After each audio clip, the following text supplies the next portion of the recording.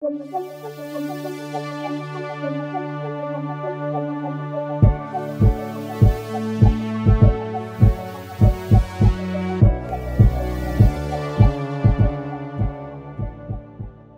tout le monde, bienvenue à un autre épisode de Dans l'ombre du dragon.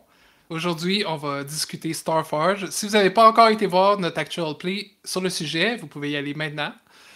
Ou vous pouvez décider de nous regarder, même si vous ne l'avez pas vu.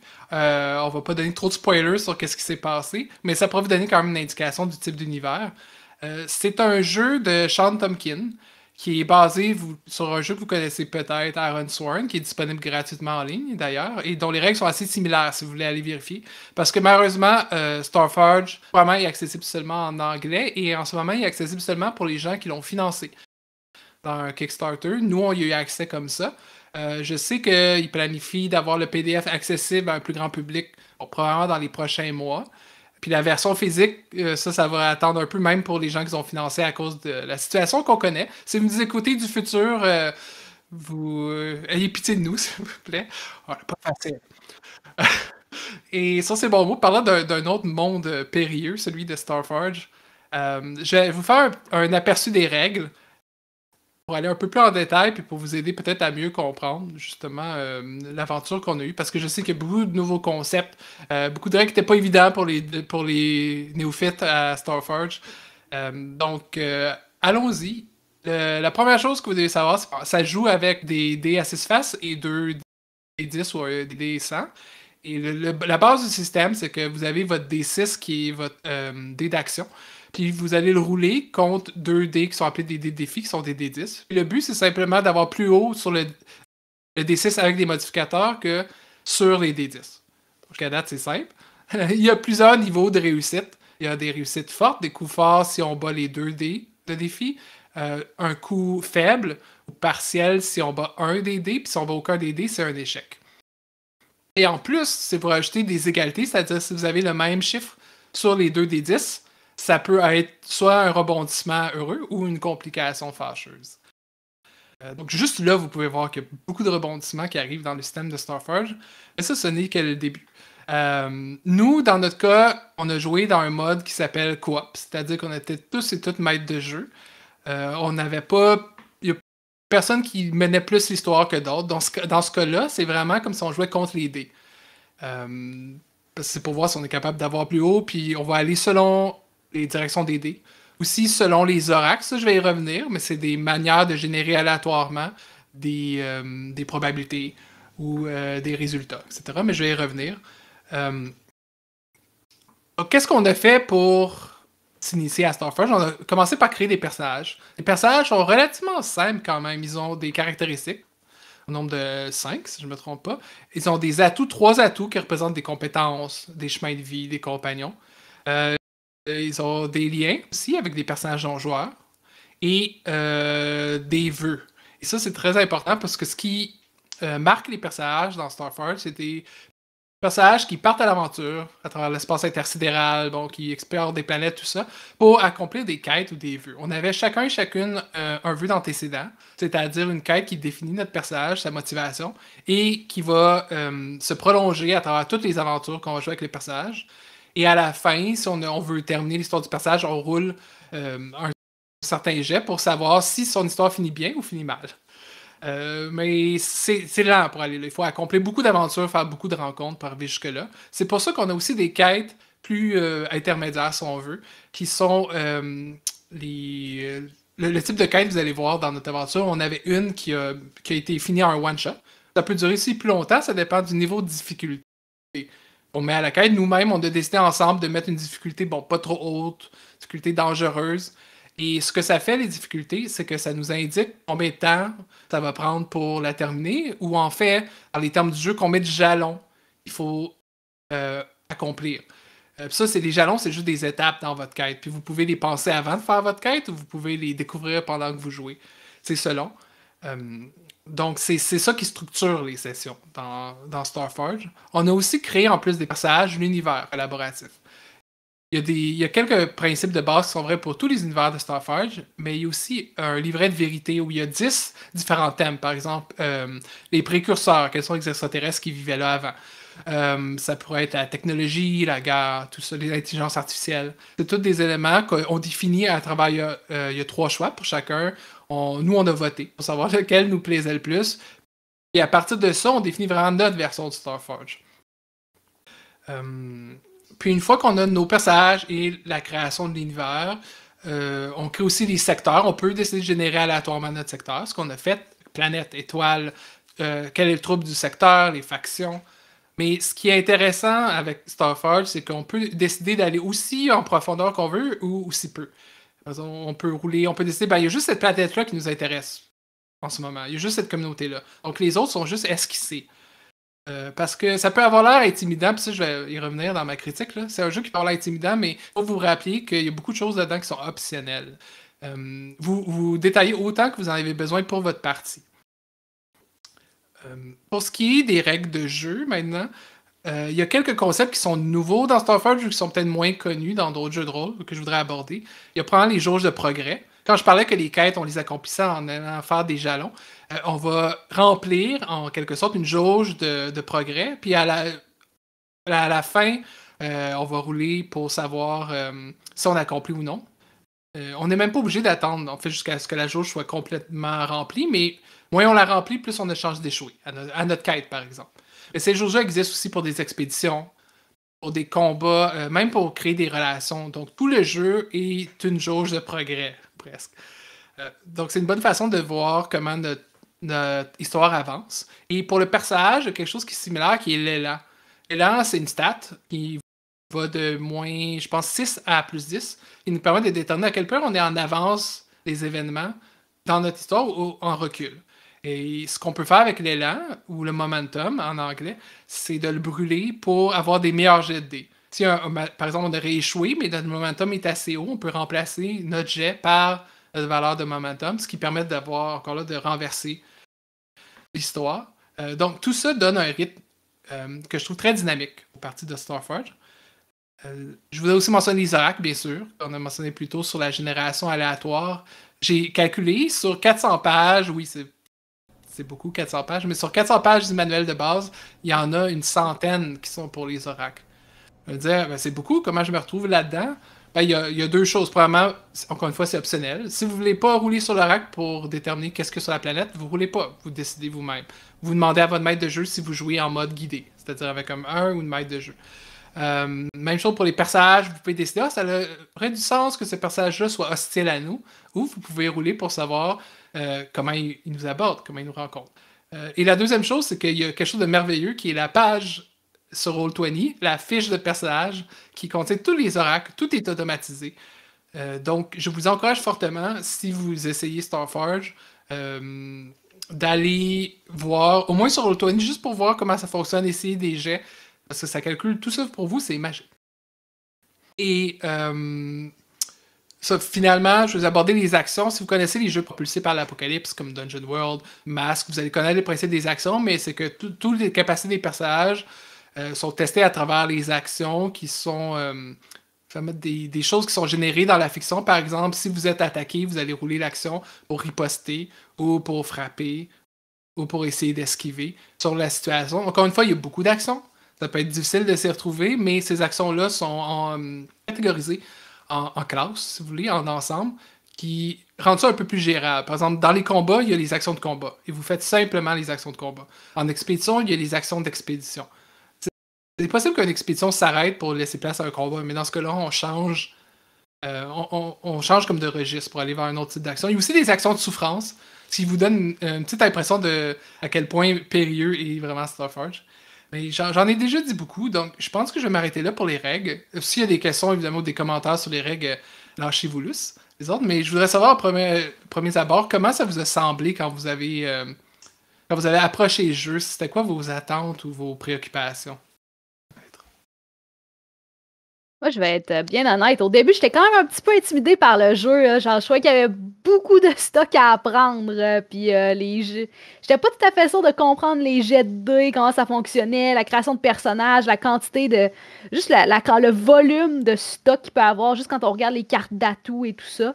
Mais honnêtement, après une game à faire, je comprends vraiment mieux le système, puis honnêtement, il est beaucoup plus fluide que ce que je m'attendais à l'origine, là. Honnêtement, le système de cartes d'atouts pour tes personnages qui augmente à mesure que tu montes de niveau, un peu de cette façon-là, et personnellement, je l'ai trouvé très élégant, en fait, comme façon de créer un personnage puis de le monter.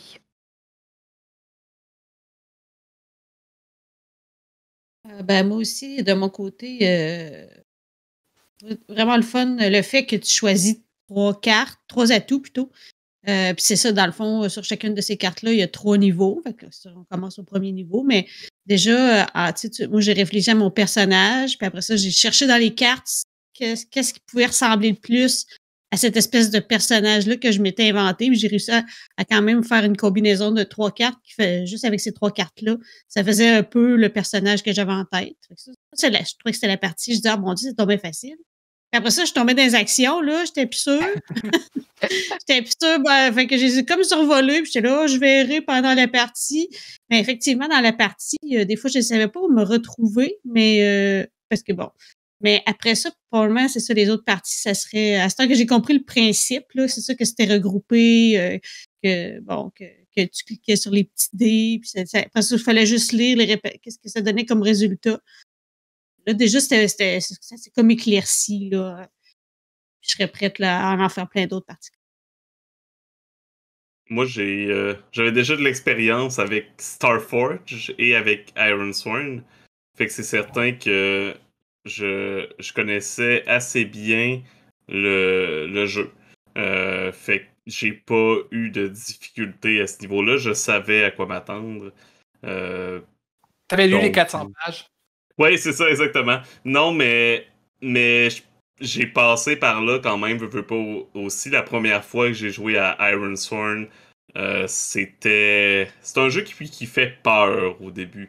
Même si on connaît des systèmes similaires comme les d'autres jeux propulsés par l'Apocalypse, il emprunte plein de concepts. On a parlé de la jauge de progression essentiellement, c'est comme les horloges dans certains jeux propulsés par l'Apocalypse. Fait que le momentum, pour ceux qui ont déjà joué à World Wide Wrestling RPG, qui est un jeu de lutte propulsé par l'Apocalypse, ou de catch pour nos amis de l'autre côté de l'océan. C'est un principe qu'on voit là-dedans aussi. Fait que il emprunte à plein d'endroits, mais c'est quand tu vois, je pense, le livre ou la fiche, puis que t'as comme presque 20 actions différentes, c'est là justement que ça devient intimidant. Mais comme tu disais, Dominique, le fait que ça soit séparé, que ça soit très situationnel, je pense que ça aide. Puis personnellement, j'ai déjà joué aussi physiquement, pas juste en ligne, parce que c'était ma peur. Est-ce que jouer à ça physiquement avec quelqu'un, c'est vraiment complexe parce que t'as pas toute la fiche automatique pour t'aider? Puis j'ai pas eu de problème à jouer des parties physiques. Ce qui est le fun, c'est que ton personnage, c'est 3 petites cartes que t'as devant toi. Les atouts, ça devient des cartes essentiellement qui composent ton personnage. Une petite fiche avec 3 cartes. Puis après, ben c'est très circonstanciel, comme on disait, selon ce qui se passe. Puis même avec le petit nombre d'atouts, relativement petit nombre d'atouts, c'est sûr que ça peut être complexe pour les gens qui commencent parce qu'ils font référence à des actions. Donc, si tu connais pas les actions, ça peut être plus difficile de savoir qu'est-ce qui t'intéresse. Puis moi, ce que j'ai déjà essayé, en fait, dans Ironsworn, puis je le referai dans Starforge, c'est choisir au hasard. Tu sais pas quel personnage nécessairement tu veux jouer ou tu as des petites idées, mais fais juste en choisir au hasard, puis vas-y avec ce que ça t'inspire, avec le thème. Parce que dans le fond, là, oui, ça peut être périlleux, Starforge, mais je pense que c'est quand même un jeu qui te laisse choisir selon le roleplay que tu veux faire. Puis je m'arrêterai pas aux mécaniques à part si c'est quelque chose qui vous intéresse, qui est tout à fait ouvert. Puis moi aussi, quand je joue à Ironsworn ou Starforge, j'essaie d'optimiser un peu, mais au final, t'as 3 atouts qui définissent ton personnage. Puis moi, par exemple, la mienne, c'était une exploratrice, naturaliste avec un compagnon félin. Puis ces 3 choses-là, si j'avais à expliquer le concept de mon personnage, je dirais mes 3 atouts. Puis déjà, je trouve que ça dit beaucoup sur le personnage. Au-delà du fait que j'ai un +1, par exemple, quand j'essaie d'utiliser mes connaissances naturelles sur blablabla. Donc, je dirais aux gens de commencer par qu'est-ce qui les inspire dans la fiction. Même chose pour le vœu, là. Essayer de min-maxer avec son vœu. Ça se fait, là, mais moi, j'irais avec ce qui est dramatique, puis c'est ça aussi que le jeu recommande. Là. Si le jeu vous inspire, essayez-le, puis vous allez. Après, vous allez apprendre à vivre avec les actions. Si les gens ont réussi à utiliser du grapple dans la 3e édition de D&D, ils vont être capables de jouer à Starforge, je vous l'assure. On en a parlé rapidement, mais comme on dit, vous pouvez jouer avec quelqu'un qui connaît déjà le jeu. Ça se joue avec quelqu'un pour vous guider, avec une ou un maître de jeu. Ça joue aussi seul. L'oracle est là pour ça, de jouer à solo. Genre, on n'en a pas parlé tantôt, mais tu sais, moi, mon oracle préféré, qui vient d'Ironstone puis Starforge, c'est tout simplement de faire un jet de dés pour savoir si oui, ça se passe ou non, ça se passe pas, selon à quel point dans ta tête ça. Tu sais, est-ce que c'est presque sûr que ça se passe? Est-ce que c'est peut-être que ça va se passer? Ça, c'est un oracle super simple, mais des fois, en tant que. euh, en- quand tu es en train de tisser une histoire, tu te poses la question pour vrai, puis t'as pas nécessairement une réponse, puis là, des fois, tu te mets à discuter, puis personne n'est capable vraiment de prendre une décision. Ben, l'oracle, je trouve que ça débouche facilement qu'il y a des petits blocages comme ça. Ça permet de garder l'histoire qui avance tout le temps. C'est comme la petite boule 8. Tu sais qu'on C'est ça. shakeait pour avoir une Ouais. réponse, là. C'est la même chose. exactement ça. C'est le même rôle. Mhm. Et en termes, là, on a dit quelques positifs puis quelques appréhensions au début, mais si vous aviez à nommer comme une chose que vous avez vraiment aimé puis une chose que vous avez moins aimé ou qui a été un obstacle pour vous au jeu, même après la partie, qu'est-ce que ça serait?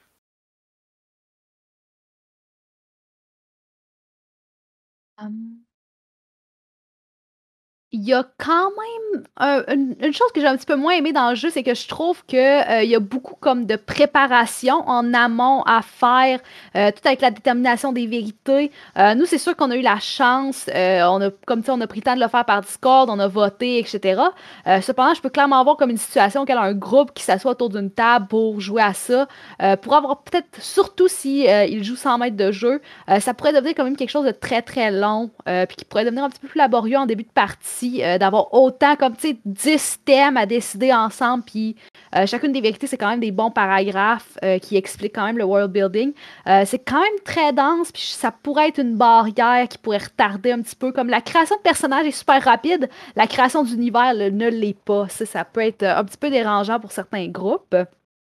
Mais personnellement, ce que j'ai vraiment beaucoup aimé, une fois que le jeu est embarqué, les actions de personnages, comme les personnages, en fond, chacun on avait des atouts différents. C'est mentionné dans le jeu qu'on avait différents.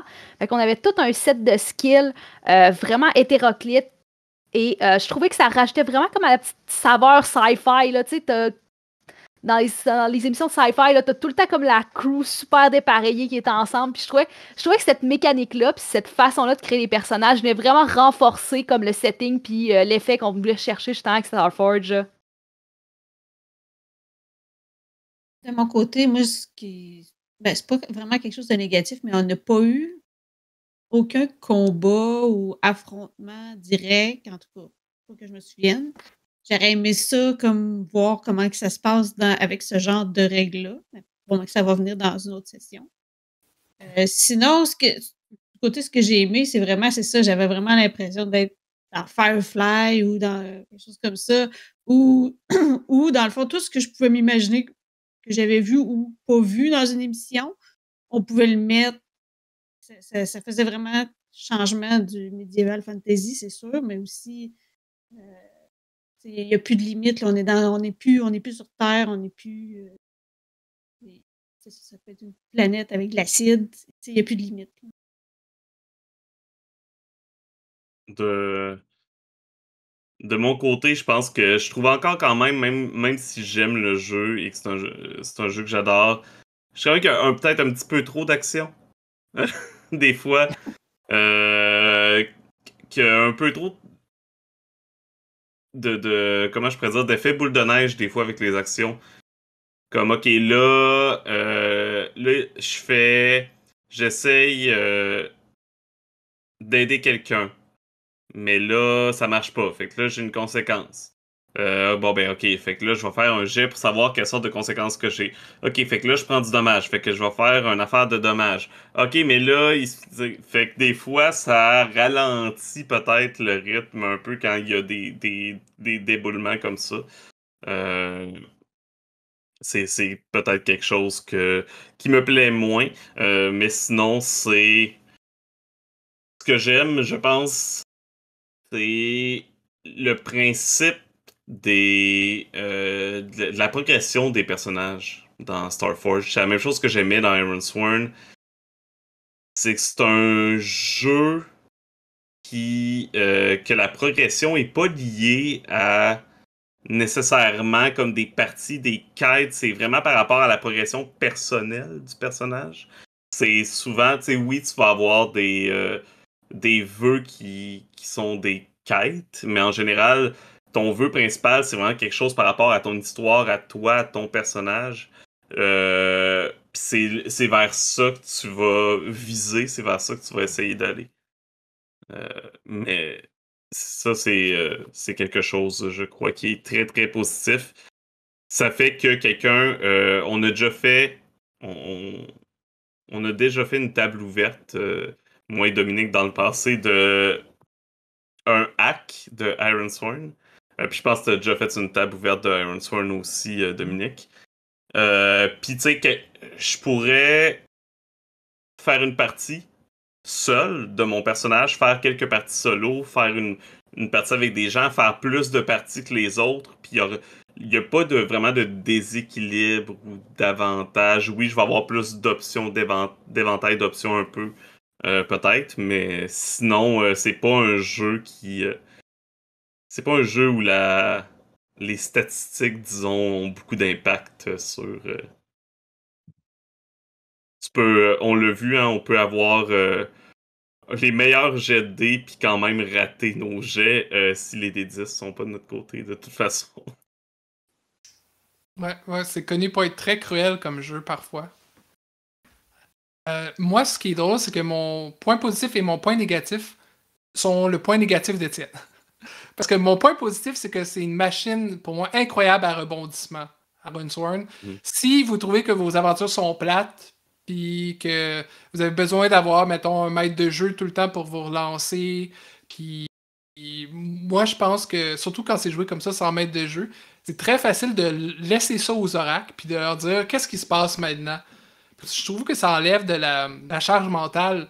Parce que souvent, les jeux où on est tous MJ, on a parlé un peu avec Wonder Woman par exemple, on a beaucoup à improviser, on a beaucoup à y mettre du note, puis à décider nous-mêmes c'est quoi les complications. Mais dans Runthorn ou Starforge, c'est tout fait pour nous si on le veut. Mais encore une fois, c'est optionnel. Si on décide que non, ben, je le sais, moi, qu'est-ce qui va se passer, c'est logique.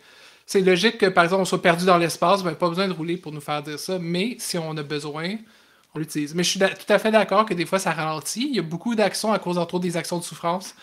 Il y a beaucoup d'actions qui s'enchaînent les unes sur les autres. Mais ça va à mon point négatif, c'est que je pense que Starforge est un jeu fait pour être joué en solo. Je pense que c'est un jeu qui est excellent pour être joué en solo, justement, parce que quand tu es en solo, tu n'as pas à attendre à quelqu'un d'autre.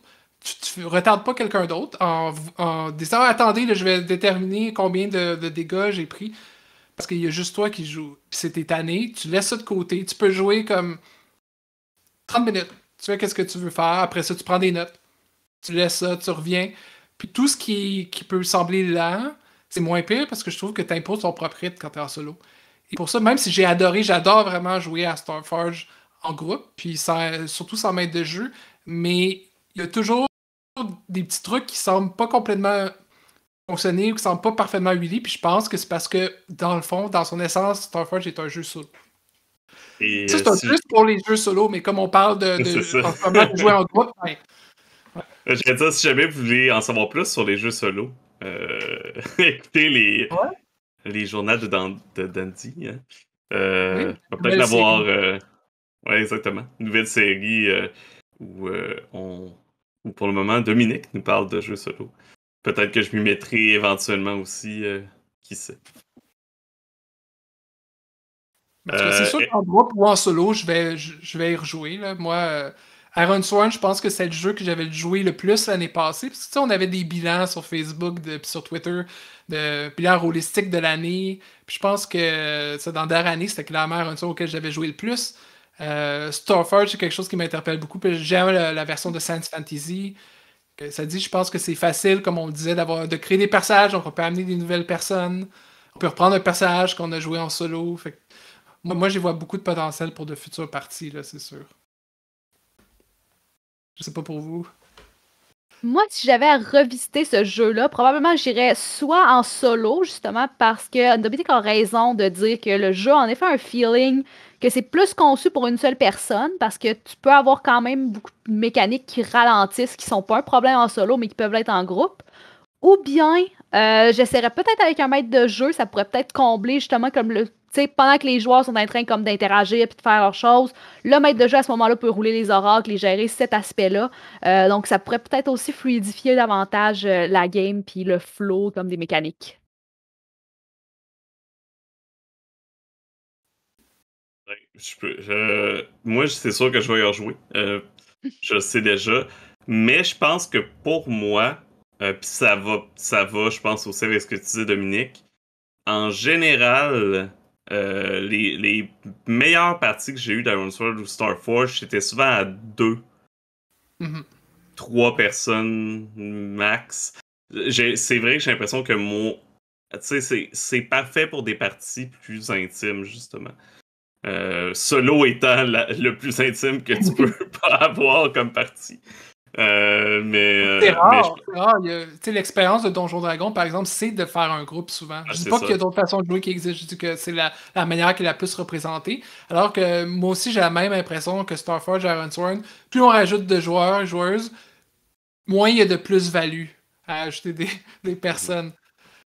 Puis deux, je pense que les meilleures parties que j'ai eues, c'était à deux parce qu'il y a un bon, il y a une bonne collaboration qui s'installe, mais en même temps, chacun a sa quête personnelle qui peut tirer de parts différentes. Et quand quelqu'un joue son personnage, l'autre peut jouer un personnage non-joueur. Ce qui est des fois des problèmes là, dans les jeux de rôle solo, je pourrais en parler dans mes capsules, mais bon, des fois, les gens ont de la misère à se mettre dans la peau de ben, je me parle tout seul. Fait que c'est peut-être plus simple quand t'es à deux, tu sais, les interactions. Mais c'était un peu une question piège parce que là, il y a Draconis qui s'en vient quand le podcast va sortir. Draconis va être, je pense, dans quelques semaines et on va faire un panel qui est un actual play interactif de Starfall où vous allez être les MJ parce que vous allez interpréter pour nous les actions. Donc, on va vous donner rendez-vous là. Ça, c'est certain. Donc, en tout cas, vous avez tous signé là, avec votre sang pour ça. Oui, je vais jouer à Starforge lors du festival Draconis. C'est à l'horaire, c'est définitif. Mais bon, j'espère que vous avez eu du plaisir, que vous avez apprécié ça. Là. Déjà, c'est quoi ah oui, je voulais dire que la version finale du jeu, selon moi, va avoir encore plus de contenu parce que le manuel est déjà 400 pages, mais il y a un autre acte qui s'en vient qui est dans le style KPP, voguer sur des mers, mais avec les règles de Starforge. Comme on l'a déjà dit, il y a déjà des hacks qui existent avec des règles similaires. Puis vous pourriez jouer même dans le monde d'Ironsworn, qui est un monde nordique de fantasy, style un peu viking. Vous pourriez jouer à Starforge en réutilisant les atouts d'Ironsworn. Il y a plein de mélanges qui se font. Puis moi, c'est quelque chose qui m'interpelle vraiment là, quand des jeux ont une expérience comme ça qui est très cohérente, qui est très bien faite, mais en même temps, c'est facile pour moi d'imaginer des hacks. En fait, j'en avais commencé un même de espèce de fantaisie antique. J'en avais fait un aussi où on pouvait jouer une guilde. Juste en rajoutant comme. Tu rajoutes un atout qui s'appelle guild, puis tu rajoutes quelques règles dans ce sens-là. Moi, ben, je sais pas si vous voyez aussi d'autres choses qui pourraient se jouer avec ça, là, mais moi, j'avais beaucoup de potentiel de hack. Puis il en existe d'ailleurs sur Itch.io, sur. Mhm. On avait joué à un dans l'Ouest dont j'oublie le nom Badlands. dans Badlands, c'est ça. Dans une espèce de Ouest américain magique. Un peu étrange, c'était quand même bien intéressant. Là.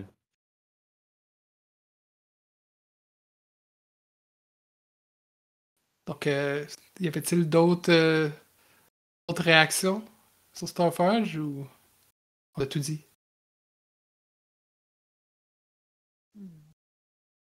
Je pense que ça fait le tour. À moins que on a un petit mot de la fin ou non. Ça va. La On seule va chose que je pouvoir voulais reparler. préciser, ouais, je voulais juste préciser que le festival Draconis, c'est du 25 au 27 février. Puis il devrait vous rester encore du temps pour vous inscrire. S'il reste des parties, mais généralement, il y a toujours des parties de libre. Donc, n'hésitez pas. Ben, moi, je joue déjà à plusieurs parties. Je sais que c'est le cas pour chacun d'entre nous, je pense. Mais c'est sûr qu'on va être là pour notre panel puis pour interagir avec vous.